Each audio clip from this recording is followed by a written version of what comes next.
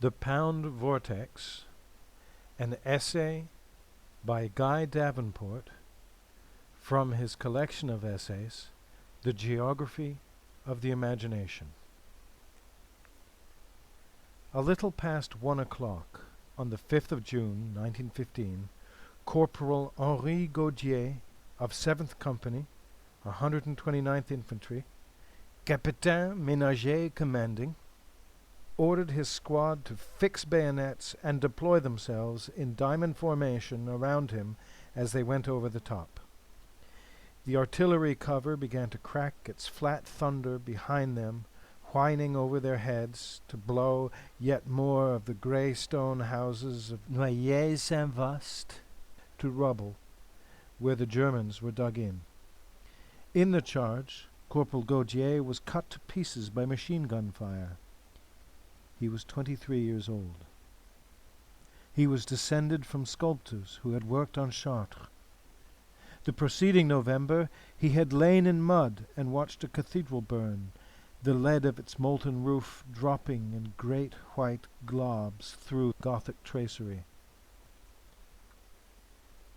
This Corporal Gaudier, cited for bravery, remembered by his fellow soldiers for his intelligence, was one of the greatest sculptors of our century. He signed his work Henri Gaudier-Brzeska, adding the name of his Polish mistress to his own. Though it is futile to guess what work he would have done had he lived, it is now clear that he died with the century.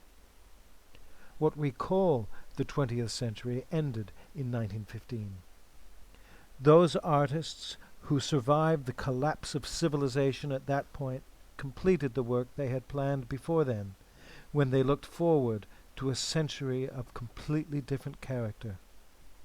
Joyce wrote his Ulysses and Finnegan's Wake, both implicit in the 19th century idea of literature.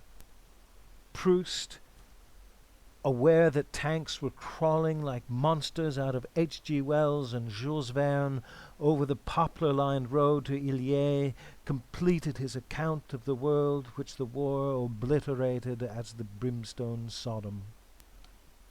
What the war blighted was a renaissance as brilliant as any in history, which we can only know by the survivors and by the early work of the dead. The Alain Fourniers, Battle of the Meuse, 1914. Saint-Elias, Montfaucon, 1914. Apollinaires, 1918. Gaudiers.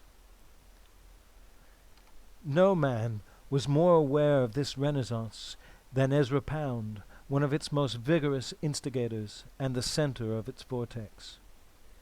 Gaudier had carved his bust.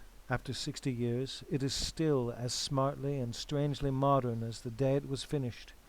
There is something classical in its ability to resist becoming a period piece. Gaudier had read Cathay to his troops. Cathay, Pound is the inventor of Chinese poetry for our time, T.S. Eliot. Personae, actors' masks, cantos. Pound's poetry was very new and very old at once. The man seemed to live deep in history, and yet he was the present for writers alive with the idea of being modern. Even now, Pound's genius for the ancient and the modern together has not been generally grasped. Our ignorance of the past blinds us to his finest accomplishments. Unless he designates that a poem is a paraphrase of Latin, we miss it, Latin having dropped from classrooms. Nor is it a settled matter that Pound is a master poet. The great paradox which Mr. Kenner must struggle with in this first full-scale study of Pound and his era is that Pound was the first to arrive in the modern Renaissance, and his reputation will be the last to arrive in its proper place in the world's opinion. Mr. Kenner's The Pound Era, a history book, a book of explication, an X-ray moving picture, as he calls it, was 10 years in the writing. It is not so much a book as a library, or, better, a new kind of book in which biography, history, and the analysis of literature are so harmoniously articulated that every page has a narrative sense. Mr. Kenner's prose, always a miracle of compression and robust grace, is here brought to a perfection. Has anyone since De Quincey written English with such verve and colour? Has any scholar ever been so thorough? Mr. Kenner's peculiar genius is the ability to move into a subject as Tolstoy constructs an episode, with the authority of a sure hand, with the steady accumulation of detail a sense of effect demands, and always, always, the perfect awareness that something is being explained and that somebody is following. There is a touch of the magician in Mr. Kenner. He knows when to produce the dove from a clap of empty hands, when to make his audience suck in its breath with surprise. Era and age. The Pound Era. It began in Philadelphia, in classrooms of philology. "We studied until we dropped," Pound once said, and in the now gone and impossible idealism of students at the turn of the century. There were, for instance, but 2 students in the Catullus class at Penn in 1904. 35 years later, those 2 students were knocking on the doors of 2 very different statesmen to instruct them how to behave themselves. Pound failed to get an audience with Roosevelt to demonstrate to him how to avoid the Second World War, though the other student of Catullus, the Quaker saint George Walton, was admitted to the presence of Reichskanzler Hitler, to whose face he said, "Thee are not a kind man." Learning, then, great, ardent learning and idealism. Pound has always gone on the principle that if a thing can be thought, it can, by golly, be done. One can animate the dead past and make it live again in a poem, the Cantos. One can find out the causes of wars. One can educate the people and make them noble. One can protect men of genius and see to it that they are known and that they get enough to eat. But all this fervent activity, maintained at fever pitch for 60 years, even for 13 years in a madhouse, one of Pound's most productive and busy periods, can be put into a phrase: to find the best in the past and pass it on. That is what Mr. Kenner demonstrates, the sifting of the past and the ways found for passing it on, and not in abstractions and mumblings through a hat, but with a passion for showing how things work, such as how a poem is translated, word by word, process by process, from the Chinese, from Greek, from Provençal, and how things correlate. Thus we have, in the Pound Era, the interwoven careers of Eliot, Joyce, Wyndham Lewis, William Carlos Williams, and others, even Amy Lowell, whose war with Pound over imagism is germane to the plot. And Mr. Kenner's account of that battle makes the funniest pages in literary criticism since Mark Twain threw Cooper down and danced on him. The Pound Era is a book to be read and reread and studied. For the student of modern letters, it is a treasure. For the general reader, it is one of the most interesting books he will ever pick up in a lifetime of reading.